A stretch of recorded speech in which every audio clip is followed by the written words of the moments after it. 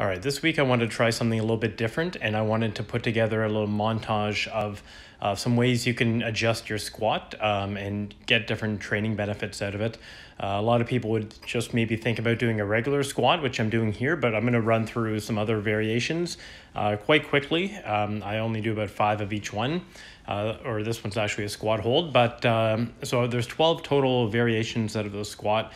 And this one I actually found is really beneficial to warm up the hips and helps me squat better and play squash better. So I would definitely recommend getting used to doing that. Second one here, again, is just you can use almost any object. I have one with a kettlebell here. I did one with a dumbbell. So if you have something at home with just a bit of weight, this is basically doing a front squat, and which is a little bit different than a back squat because of the posture of your entire body because of where the weight is. So to stay balanced, you have to, I guess have your posture in a little bit different position. So it is beneficial to do both back and front squats.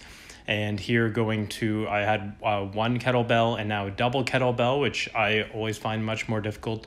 We don't actually have any kettlebells that are the same weight at the club. So that's, if you are doing with slightly different weights, just make sure you switch them from one arm to the other between sets. And here's just a more traditional. So this is the back squat.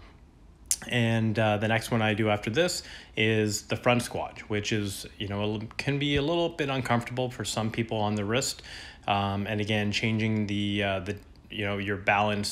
So you have to basically have you're leaning a little bit more forward in this one than you are with a back squat.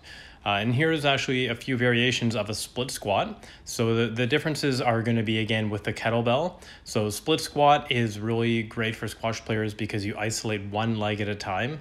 And I think that's really something that's super important for squash players to do.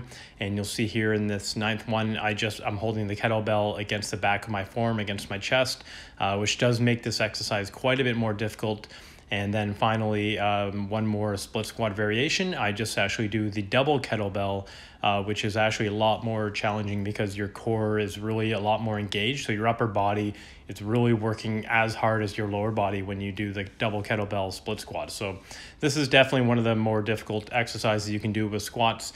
And just last two here quickly. So doing squats on top of an upside down Bosu ball.